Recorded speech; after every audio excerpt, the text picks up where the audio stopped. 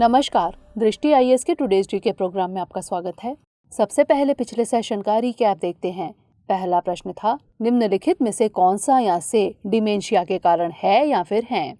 1. HIV संक्रमण, 2. सिर पर चोट, 3. कोई स्ट्रोक, 4. दिमागी ट्यूमर। नीचे दिए गए कूट का प्रयोग कर सही उत्तर चुनिए। इसका सही जवाब था 1, 2, 3 और 4। अगला प्रश्न था, निम्नलिखित कथनों पर विचार कीजिए। पहला, भितरकनिका भारत का सबसे बड़ा मैंग्रोव वन है। दूसरा, भितरकनिका मैंग्रोव भितरकनिका वन्यजीव अभयारण्य का एक हिस्सा है, जिसे 2002 में अंतर्राष्ट्रीय महत्व की रामसर आर्द्र भूमि के रूप में नामित किया गया था। उपरोक्त में से कौन सा या से कथन सही है या फिर हैं? इसका सही जवाब था केवल 2। अगला प्रश्न था, बेसल 3 मानदंड का संबंध निम्नलिखित में से किससे है? इसका सही जवाब था बैंकिंग क्षेत्र। अगला प्रश्न था, निम्नलिखित कथनों पर विचार कीजिए। पहला, अंतर्राष्ट्रीय कृषि विकास कोष 1974 के विश्व खाद्य सम्मेलन का परिणाम है। दूसरा, IFAD हर साल ग्रामीण विकास रिपोर्ट जारी करता है। तीसरा, भारत IFAD का सदस्य नहीं है। उपरोक्त में से कौन सा या से कथन सही है या फिर हैं? इसका सही जवाब था केवल 1 और 2। अगला प्रश्न था, केंद्र शासित प्रदेश लद्दाख के संबंध में निम्नलिखित कथनों पर विचार कीजिए। पहला, इसका विस्तार उत्तर में सियाचिन ग्लेशियर से लेकर दक्षिण में मुख्य ग्रेट हिमालय तक है। दूसरा, लद्दाख का कारगिल जिला सिंधु, श्योक और नुब्रा नदी घाटियों से संबंधित है। तीसरा, नाकू ला, जहां LAC पर हाल ही में भारत चीन गतिरोध हुआ था, लद्दाख में स्थित है। दिए गए कथनों में से कौन सा या से सही नहीं है या फिर हैं? इसका सही जवाब था केवल 2 और 3। अगला प्रश्न था, हाल ही में शुरू किया गया आयुष आपके द्वार निम्नलिखित में से किससे संबंधित है? इसका सही जवाब था औषधीय पौधे। अगला प्रश्न था, सर्वोच्च न्यायालय के न्यायाधीशों की नियुक्ति के संबंध में निम्नलिखित कथनों पर विचार कीजिए। पहला, सर्वोच्च न्यायालय के न्यायाधीशों की नियुक्ति राष्ट्रपति द्वारा CJI और सर्वोच्च न्यायालय और उच्च न्यायालयों के अन्य न्यायाधीशों के साथ परामर्श के बाद दी जाती है। दूसरा, नए मुख्य न्यायाधीश के अलावा किसी अन्य न्यायाधीश की नियुक्ति के मामले में मुख्य न्यायाधीश के साथ परामर्श वैकल्पिक है। दिए गए कथनों में से कौन सा या से गलत है या फिर हैं? इसका सही जवाब था केवल 2। अगला प्रश्न था, निम्नलिखित देशों पर विचार कीजिए। 1 कतर, 2 ओमान, 3 यमन, 4 सऊदी अरब, 5 ईरान। उपर्युक्त में से कौन से देश संयुक्त अरब अमीरात के साथ भूमि सीमा साझा करते हैं? इसका सही जवाब था केवल 2 और 4। अगला प्रश्न था, हंसा न्यू जनरेशन ट्रेनर एयरक्राफ्ट के संबंध में निम्नलिखित कथनों पर विचार कीजिए। पहला, इसे स्वदेशी रूप से विकसित किया गया है। दूसरा, इसे CSIR और DRDO द्वारा संयुक्त रूप से विकसित किया गया है। उपरोक्त कथनों में से कौन सा या से सही है या फिर हैं? इसका सही जवाब था केवल 1। अंतिम प्रश्न था, न्यू डेवलपमेंट बैंक यानी NDB के संबंध में निम्नलिखित कथनों पर विचार कीजिए। पहला, यह ब्रिक्स देशों यानी ब्राजील, रूस, भारत, चीन और दक्षिण अफ्रीका द्वारा संयुक्त रूप से स्थापित एक बहुपक्षीय विकास बैंक है। दूसरा, इसकी स्थापना 2010 में ब्राजील के फोर्टालेजा में हुई थी। तीसरा, NDB ब्रिक्स देशों को छोड़कर अन्य देशों की सदस्यता के लिए खुला नहीं है। उपरोक्त कथनों में से कौन सा या से सही है या फिर हैं? इसका सही जवाब था केवल 1।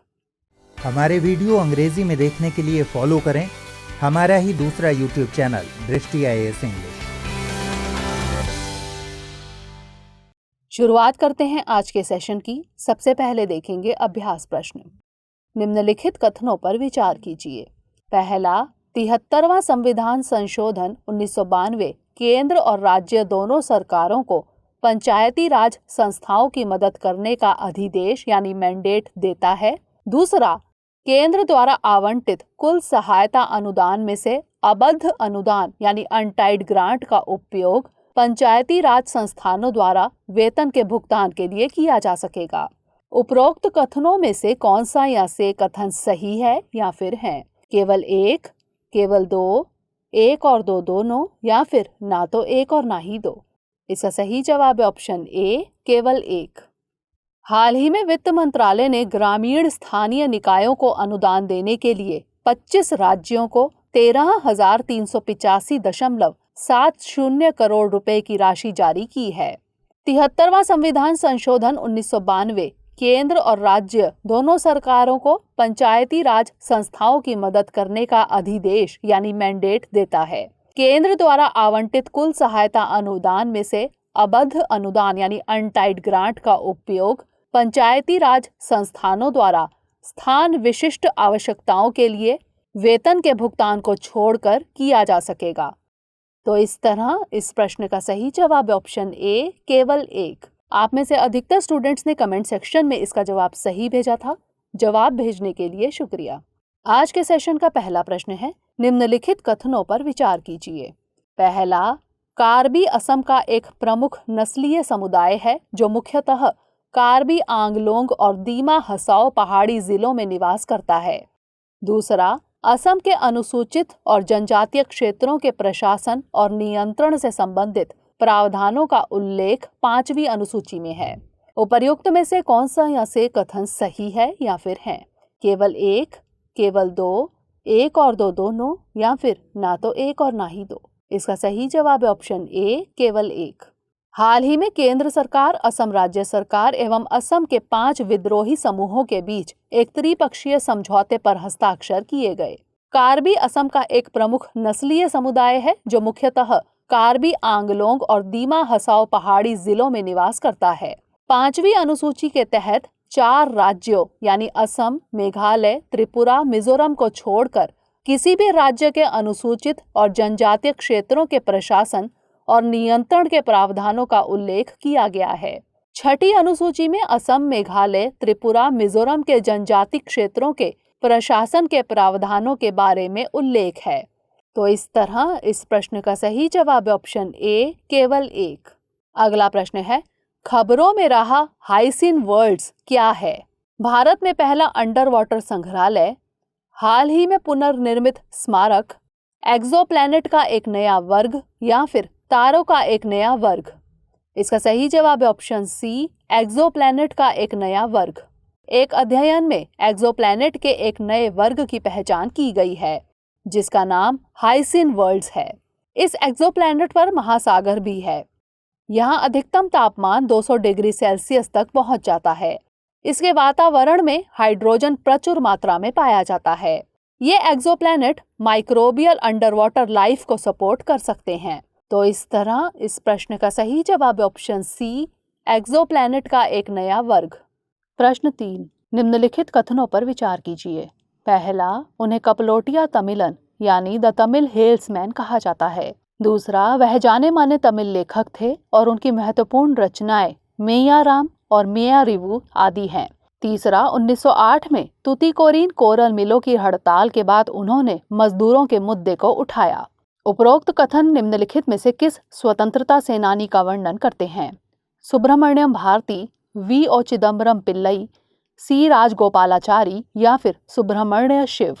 इसका सही जवाब है option B, V.O. Chidambaram Pillai. प्रधानमंत्री श्री नरेंद्र मोदी ने स्वतंत्रता सेनानी V.O. चिदम्बरम पिल्लई की जयंती यानी 5 सितंबर को उन्हें याद किया। उन्हें कपलोटिया तमिलन यानी द तमिल हेल्समैन कहा जाता है। वह जाने माने तमिल लेखक थे और उनकी महत्वपूर्ण रचनाएं मेयाराम और मेयारिवु आदि हैं। 1908 में तुतीकोरिन कोरल मिलों की हड़ताल के बाद उन्होंने मजदूरों के मुद्दे को उठाया। तो इस तरह इस प्रश्न का सही जवाब है option B, V.O. Chidambaram Pillai. अगला प्रश्न है, निम्नलिखित देशों पर विचार कीजिए। पहला, हंगरी, दूसरा, स्लोवेनिया, तीसरा, ऑस्ट्रिया, चौथा, सर्बिया। उपरोक्त में से कौन सा या से देश क्रोएशिया के साथ सीमा साझा करता है या फिर करते हैं? केवल एक और दो, केवल 1, 2 और 4, या फिर केवल 3 और 4। इसका सही जवाब है ऑप्शन सी, केवल 1, 2 और 4। हाल ही में विदेश मंत्री ने कहा कि भारत और क्रोएशिया कुछ मुद्दों मसलन इंडो पैसिफिक क्षेत्र, अफगानिस्तान की स्थिति एवं आतंकवाद आदि पर साझा मत रखते हैं। क्रोएशिया मध्य और दक्षिण पूर्व यूरोप में एड्रियाटिक सागर के तट पर स्थित है। इसकी सीमाएं उत्तर पूर्व में हंगरी, पूर्व में सर्बिया, दक्षिण पूर्व में बोस्निया, हर्जेगोविना एवं मॉन्टेनेग्रो और उत्तर पश्चिम में स्लोवेनिया से लगती है।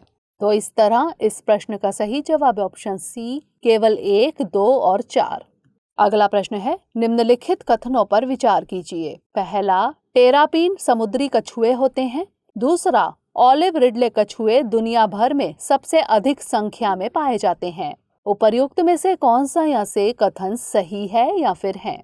केवल 1, केवल 2, 1 और 2 दोनों, या फिर ना तो 1 और ना ही 2। इसका सही जवाब है ऑप्शन बी, केवल 2। पर्यावरणविदों ने ध्यान दिलाया है कि ओडिशा का भीतरकनिका राष्ट्रीय उद्यान संकट में है। इसके लिए ब्राह्मणी नदी बेसिन के ताजे पानी का नियोजित तरीके से दूसरी दिशा में बदलाव बड़ी वजह बताया जा रहा है। समुद्री कछुए का आकार टेरापीन यानी ताजे पानी वाले कछुए की तुलना में बड़ा होता है। ऑलिव रिडले कछुए दुनिया भर में सबसे अधिक संख्या में पाए जाते हैं और कछुओं में इनका आकार सबसे छोटा होता है। आमतौर पर ये प्रशांत महासागर, अटलांटिक महासागर और हिंद महासागर में पाए जाते हैं। तो इस तरह इस प्रश्न का सही जवाब है ऑप्शन बी, केवल 2। अगला प्रश्न है, पंजशीर घाटी के संदर्भ में निम्नलिखित कथनों पर विचार कीजिए। पहला, इसका शाब्दिक अर्थ होता है 5 शेरों की भूमि। दूसरा, यह घाटी दक्षिण मध्य अफगानिस्तान में है। तीसरा, काबुल नदी इसे विभाजित करती है। उपरोक्त में से कौन सा या से कथन गलत है या फिर है?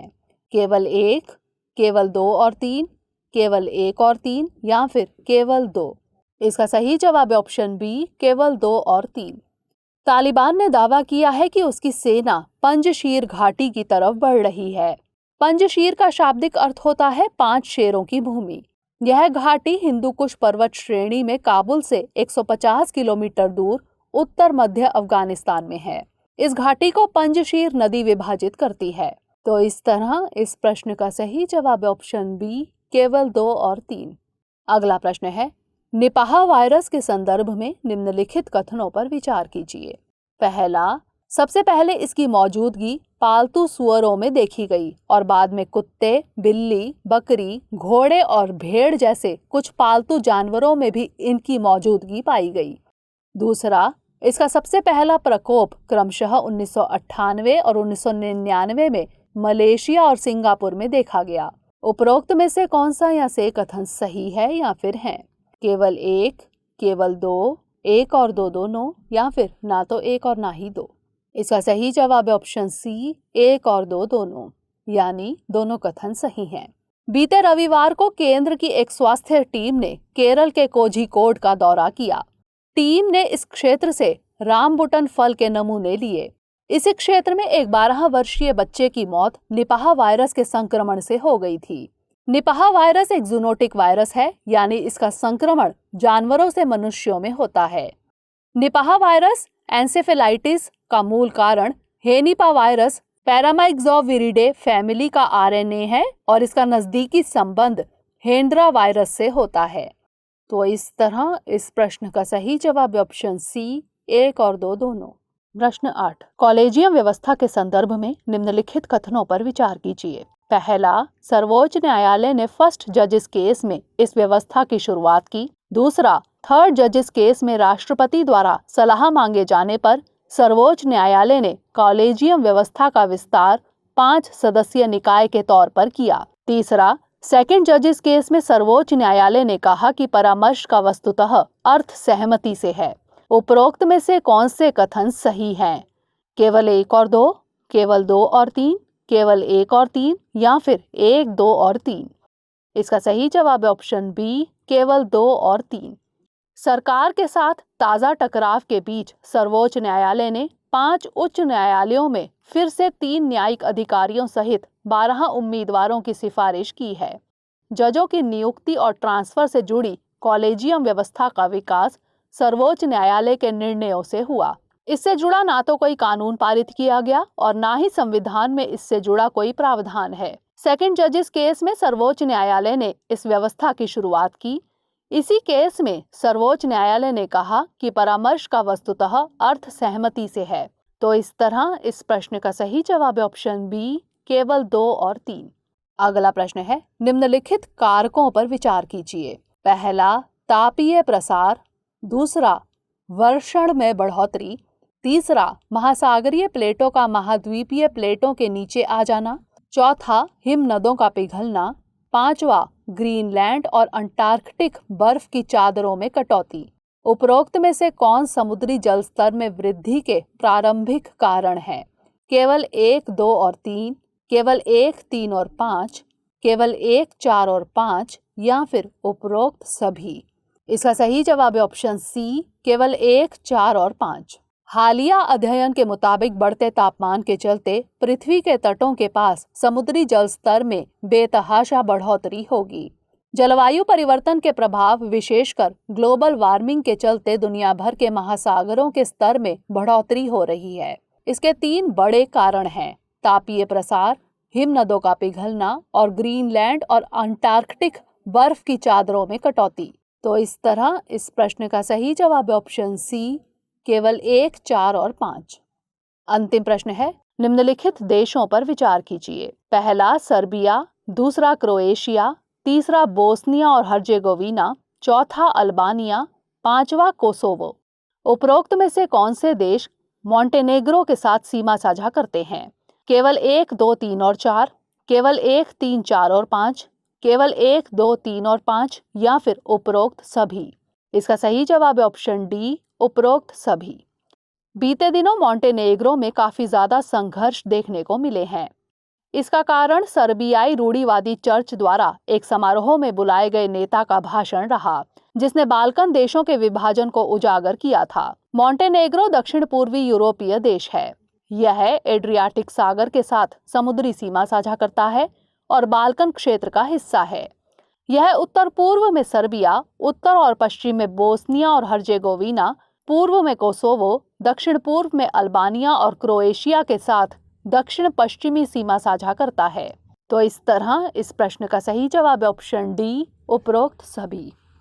अब नोट कर लेते हैं आज का अभ्यास प्रश्न। निम्नलिखित कथनों पर विचार कीजिए।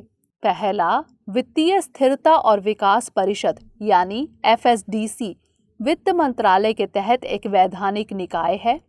दूसरा, रघुराम राजन समिति ने FSDC के निर्माण का प्रस्ताव रखा। उपरोक्त कथनों में से कौन सा या से सही है या फिर है? केवल 1, केवल 2, 1 और 2 दोनों या फिर ना तो 1 और ना ही 2। इसका उत्तर हमें कमेंट सेक्शन में जरूर भेजिएगा। अगले सेशन में नए प्रश्नों के साथ मिलेंगे। तब तक के लिए धन्यवाद।